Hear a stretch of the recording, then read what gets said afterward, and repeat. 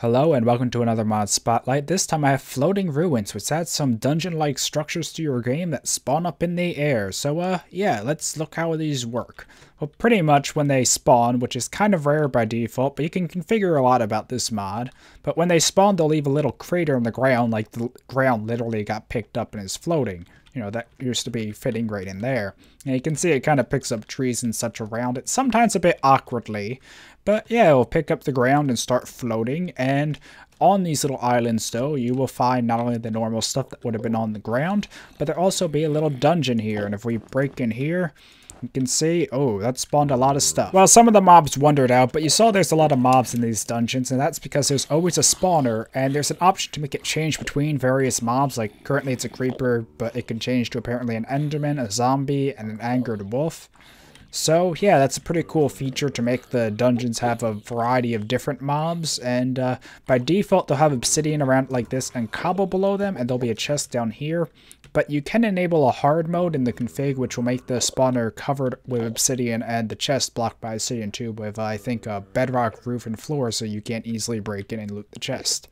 And if you look in the chest, here's some of the default loot in here, which isn't that great, but it's a nice little chest, and you can see now it's on the angered wolf. And I just noticed this one nearby, the one we were at, was down there, but you can see this one's much higher up than the other one, and creates a similar like hole. And if I come up here, when we break in, we can see it has a spawner and open it for loot just like the other one. Personally, I really like floating ruins because it adds a nice bit of variety to the overworld, because usually you don't encounter many dungeons to loot on the surface, and most of them are in caves besides the temples. And yeah, the craters they create help reveal ores, but can also spawn mobs, making them dangerous. And as you can see, some of them can be pretty high up and hard to reach, and it's just kind of a cool little spawner and loot, and you can make them pretty rare and customize them too. So now that I showed you the islands, let's look at the config. In 1.7, some mods support an in-game config, and floating ruins currently does, so I can actually show you the config for once.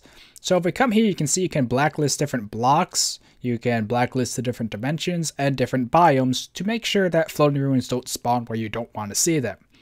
For the island settings, you can customize a lot about it, the rarity, a bit of like how the island shape, and we go here where you can also see how you can customize like the size, the height, how deep the island goes, and different things like that. You can also customize how the dungeons on the island work by enabling multi-mob spawners, which are the ones I showed you where it can change between different mobs. You can enable harder dungeon, which like I said, coats it in obsidian and makes it hard to access the chest and break the spawner.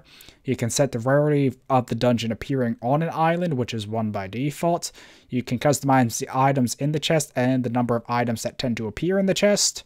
And you can also customize the mobs that appear in the spawners, like the river will spawn silverfish and creepers and alternate between them with multi-mobs on. Mushroom Island will spawn mushroom cows, but you can change how they work if you want to change up the mobs and add even mobs from other mods. So yeah, that's pretty cool. Overall, I think this is a very nice mod that has a vanilla-like feel to it, but it also has a very good config, so you can customize it to your liking and make it work well with other mods.